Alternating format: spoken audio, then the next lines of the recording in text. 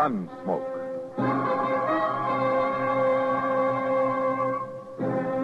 Around Dodge City and in the territory on West, there's just one way to handle the killers and the spoilers, and that's with a U.S. Marshal and the smell of gun smoke.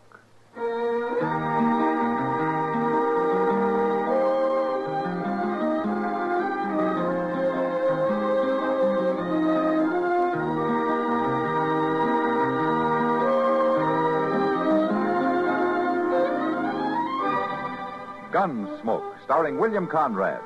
The story of the violence that moved west with young America. And the story of a man who moved with it. I'm that man. Matt Dillon, United States Marshal. The first man they look for and the last they want to meet. It's a chancy job, and it makes a man watchful. And a little lonely.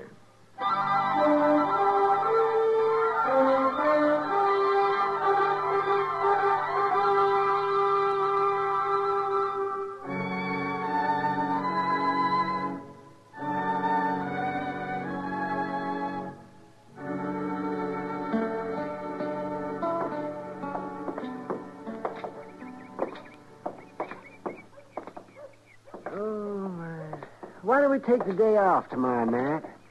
See if we can shoot us a deer. Oh? That's not a bad idea, Doc. Looks like we might get a light snow tonight.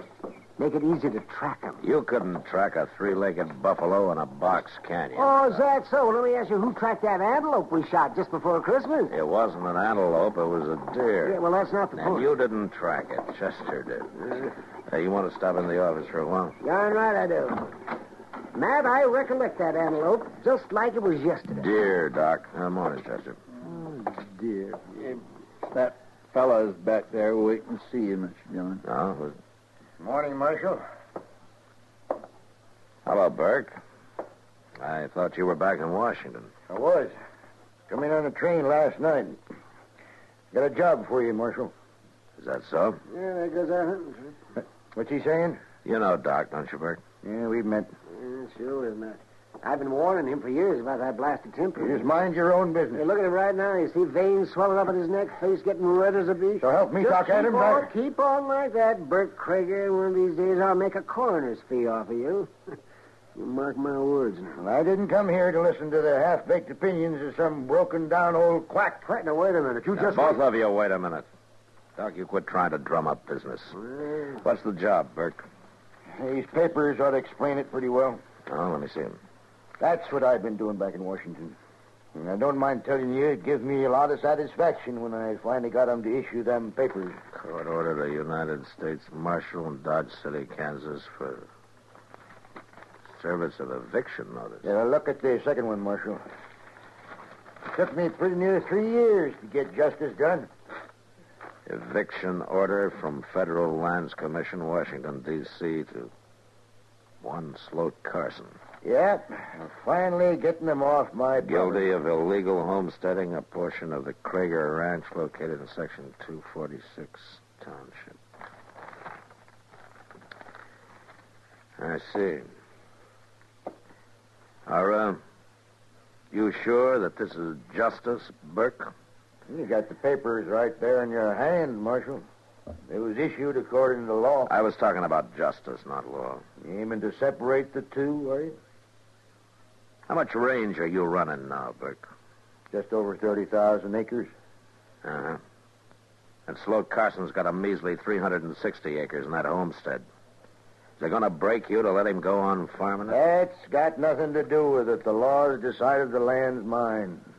It's your job to get him off it. You've been driving yourself for 10 years now, Burke, without a let-up. You got every inch of land between Briar Ridge and Walnut Creek, except for this piece that Sloat's living on. And I got it, too, now, once you serve that order. Why? What do you have to prove, Burke? It's what I have proved, Marshal. That I'd own the whole valley someday. Every last foot of it. And with Sloat Carson out, I do own it. I gone along all these years keeping the old name Blue Sage Valley. But now that I own it complete, I'm changing that name, Marshal. It's the Krager Ranch now. From here on out. Yeah, from here on out won't be very long if you up and bust a blood vessel. So my son's named Krager, too, I'll remind you. Burke. Sloat's put a lot of work into that place of his. You sure you won't think it over? You got them papers, Marshal. And it's your duty to serve. All right, I'll serve him. I got no choice. And I bid you all good day.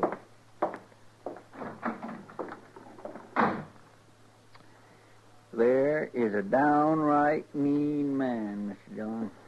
Yeah. Well, if he doesn't change his ways, he's going to be a dead one. You may be right, Doc. But not for the reason you think. Hmm? What do you mean? Sloat Carson's a peaceful man. But that doesn't mean he'll take to being pushed off that land of his.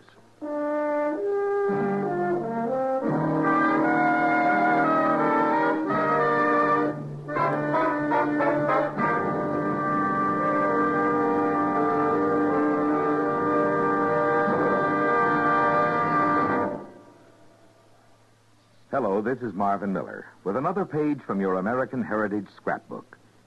It was a portrait of the French hero Lafayette, painted in 1825, that marked the zenith of the artistic career of Samuel Finley Breeze Morse. Yes, the first dots and dashes ever wrought by Morse were blended in oil on a piece of canvas.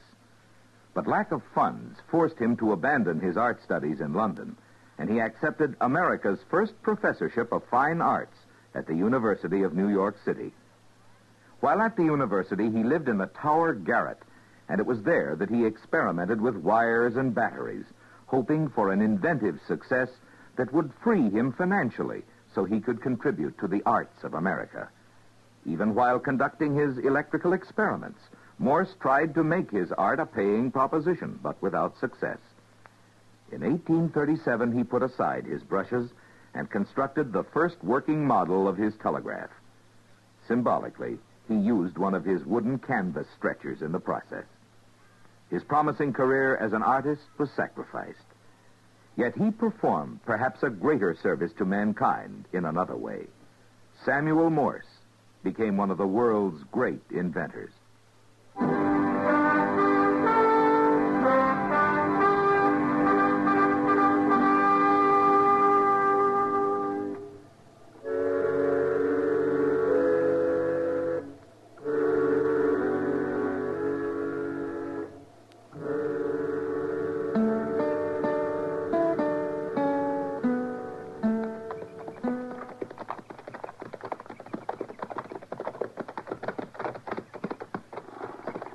Well, there's no smoke coming out of the chimney, Mr. Dillon. Reckon maybe he ain't to home. He's probably working out in the barn. Let's ride over there. It's just a cussed shame, that's what it is. That can't be a help, Chester. Bert Krager don't need this land no more, and he needs a second head. Yeah, he's got a devil on his back, Chester. Krager Ranch are the only 3 words in the world that mean anything to him. Well, it's a mighty poor reason for putting a man off land he's proved up. Marshal! Chester! How are you, Sloat? Mighty good to see both of you. You ain't been out this way for quite a spell. Ah, man gets caught up in things, Sloat. First he knows, all his time's been taken. That's a fact, all right. Come on up to the house. I'll set the coffee on. Oh. How you making out? Oh, tolerable. Crop wasn't too bad last year. Good. Next year, though. The next year's going to be my best one yet. Oh? That there North 80, you know, I had to let it lay fallow the last 2 years for lack of time. But by golly, I got in there last fall, plowed the whole darn thing before the snows hit. Sloat, So I had to work 18 hours a day to do it. But now it'll be in shape to plant right when the thaws come. Catch the melt off in the spring rains and gonna Sloat, plant I want it in Kaffir, Marshal.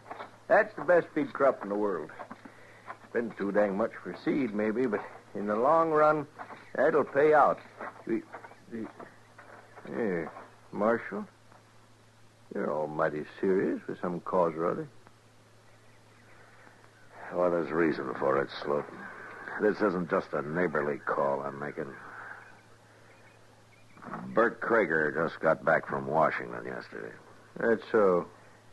I guess you know what he was doing. Oh, same thing he's been trying to do for 3-4 years now. Steal my land away from me. Yeah. Well, he's finally done it. What? I got an eviction notice with me and an order from the Land Commission to serve it on you. I don't believe it. You're joking, Marshal? I wish I was, Sloat. I'm sorry. Well, nobody can grab a man's farm away from him. After he's put his sweat and blood, his whole heart into it. The order gives him a right of prior occupancy. But he never run a head of stock on this ground when I filed on it. Well, there's nothing I can do about it, Sloat. Don't them fellers back there even care about my side of it? Don't they even want to hear my story? And according to the order, they notified you by mail.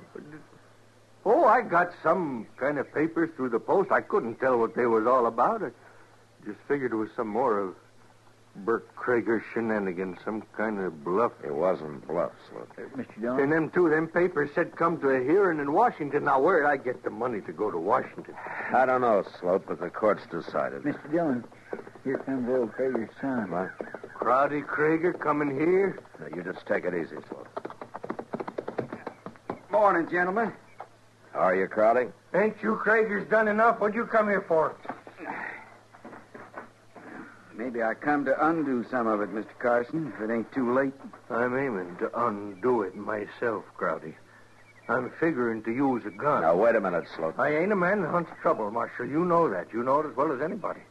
But I ain't letting 4 years of my life get took from me without putting up a fight. Killing Bert Krager won't change a legal decision, Sloat. What did you mean, Crowdy? If it ain't too late. You served that eviction notice yet, Marshal? No, not yet. The law say you got to do it today instead of tomorrow, maybe? No. And I'd like to talk to you, Mr. Carson. Why? I may be able to tell you something that'll save your farm for you. I'll listen to you, Crowdy, but I won't promise nothing. You don't have to. Marshal, I think it'd be better if you wasn't a party to this. Why are you doing this, Crowdy? What's your reason? If you'd lived around my pa your whole life, you wouldn't have to ask. Mr. Carson, could we walk you into the barn?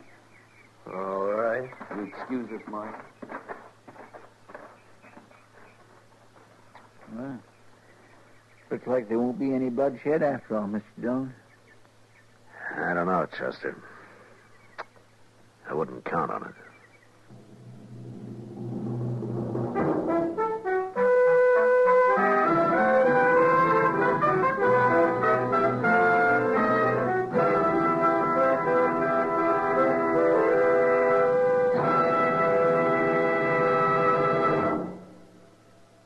Another visit with Joe and Daphne Forsythe.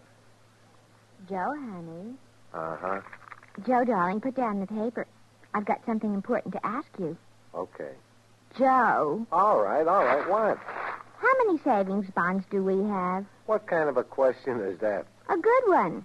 How many? I'm not sure. I'd have to count. And I'm reading the paper. Now, what do you want to know for? Have we got enough to make things comfortable for us? Very comfortable. That's why I buy on a payroll savings plan. A bond a month will give us quite a nest egg for the future. Enough for a college education? Eventually. But who's going to college? Our children, silly. We don't have any yet. Oh? What do you mean? Oh? Better buy some more bonds, honey. Daphne, you mean... We've got a new investment. How about that?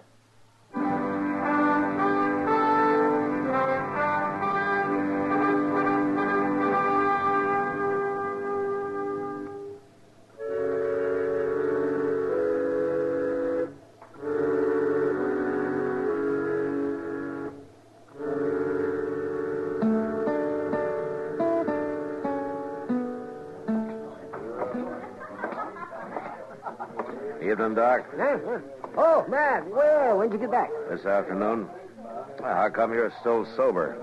Oh, well, now, that's one distinction I hold, Matt. I may not be the best doctor in the West, but I'm the soberest. Well, then maybe if you took to drinking a little bit, you Oh, could... doggone it. You never did give a man credit for anything, did you? I guess I'm in a bad mood, Doc. Yeah. Evict Sloat Carson, did you? No, not yet. No? Why not? Well, let's say tomorrow's soon enough, huh? It's too soon, if you ask me. Have a beer. No, thanks. I was just looking around. Have you seen Kitty? Well, she was here a while ago, but she went to bed. Said she had a headache. No. She didn't have a headache, though. I know, Kitty. She just wanted to get out of here for one night. Well, I can't blame her much. Girl like Kitty ought to be married, Matt. Settle down, having children. Why don't you talk to her about it, Doc? I will. Yes, sir. By golly, I will. You should have studied for the ministry. You know, I thought about that, but the pay's bad. Now, there's a real Christian. I wouldn't talk if I were you, Matt Dillon. But at least I don't go around telling people how to live their lives. Oh, don't you? You know what I mean. Yeah, I won't admit it. You know what you need, Doc? Oh, You need some old woman to rail at, a nice fat wife to take it out. Oh, no, you don't. You don't turn it on me like that. You know, there's Widow Liffey's got that house at the edge of town, you know. I've seen how she stares at you when you drive by. You might do yourself some good there, Doc. Oh, I'm not saying a word. I hear she's a good cook, too. Yeah, the only woman cook the railroad ever had. Till they found out she was a woman. Well, it took them 6 months. You got to admire her for that. Oh, sure, I admire her for that. Well, all right, if you're going to be stubborn about I'll blow my brains out when the day comes that I got to take a woman that crops her hair and wears men's boots and men's hats.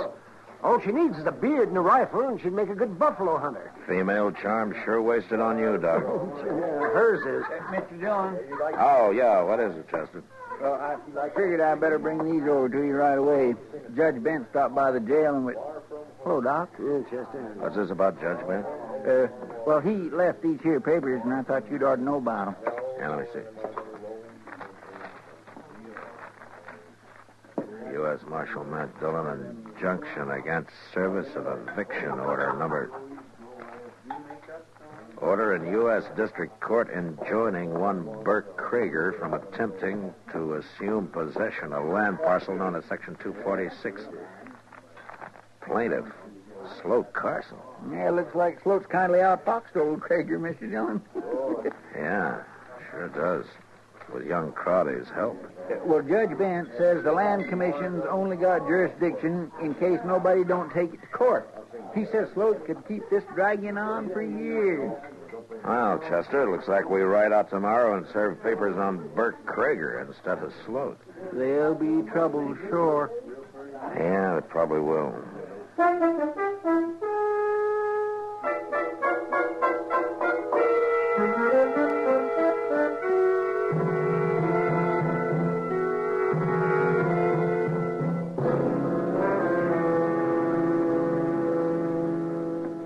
Come in, Marshal. Chester. Thanks, Burke. Come on in, sit. Maybe I can rustle up a pot of coffee. No, don't bother. We're not going to be here long. Well, I'll take a minute. There. You served them papers on Sloat Carson, did you? No. What? Why not? As a matter of fact, Burke, we're here to serve some papers on you. What the thunderation you talking Judge about? Bent issued this late yesterday afternoon. You better take a look at it here. What's that old fool doing poking his nose into my business? What's this? Pretty clear if you read it. I don't have to read it. I know what it is. The only blasted way in the world Carson could have beat me, and he stumbled onto it. In case you're interested, Judge Bent handed down our ruling at the same time to prevent me from serving the eviction notice. And I'll run him off. I'll take a gun to him. I wouldn't advise that you try that, Burke. Marshal? Chester? Morning. How are you, Crowley?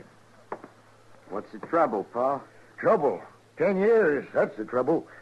For 10 years I've fought for this valley, foot by foot. And when I get it right in my hand, the last square inch of it, the Krieger Ranch, this fool Sloat Carson blunders onto the one way of blocking me. He didn't blunder onto it. I told him about it. You what? I told him about that loophole in the Land Commission's order.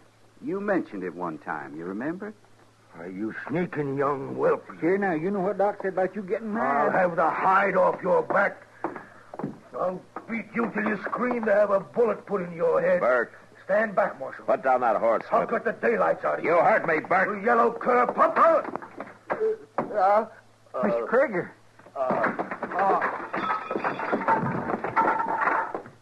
Oh, what's wrong? Here, wait a minute, Crowley. Let me have a look at him. What happened to him? We got to get Doc out here right away. It's no use, Crowley. He's dead. Dead? Doc said it was going to happen like that if he didn't stop losing his temper. But he can't be dead. I didn't mean for this to happen. It wasn't your fault, Crowley. You were trying to do the right thing. It was your father who was doing wrong. I can't even claim that excuse, Marshal. I didn't care what happened to Sloat Carson. I was just trying to hit back at Pa for all the years he bullied me. I don't guess he was easy to live with. But I didn't aim to do this. I just didn't. I'll send Doc out when we get back to town and make out his coroner's report. I'll break this ranch up and sell it off, every foot of it. I guess we'll be riding, Crowley. Krieger Ranch. I'll blot that name out if it's the last thing I ever do. Come on, Chester. Krieger Ranch. I'll show him how long that name will last. In 2 years, nobody will ever remember.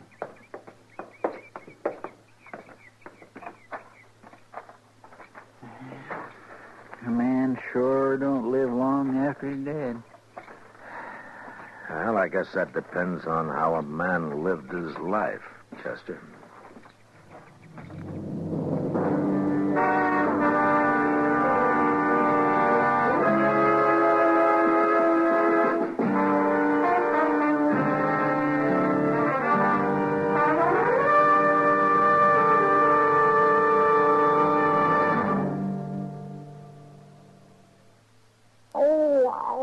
What's the matter? Oh, my wife has a toothache. Your wife has a toothache and you're moaning? Well, she hit me when I complained about her yelling. Well, why didn't she go to a dentist?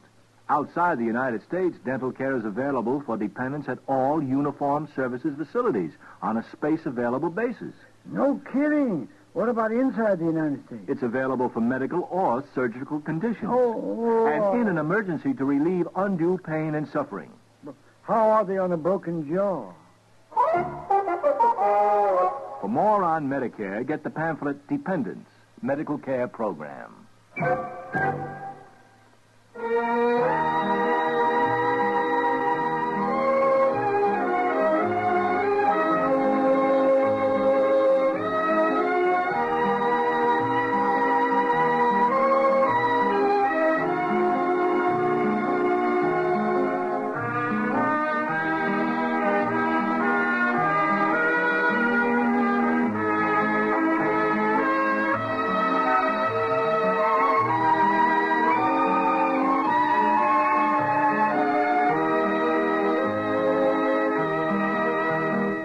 Gunsmoke. Produced and directed by Norman McDonald, stars William Conrad as Matt Dillon, U.S. Marshal.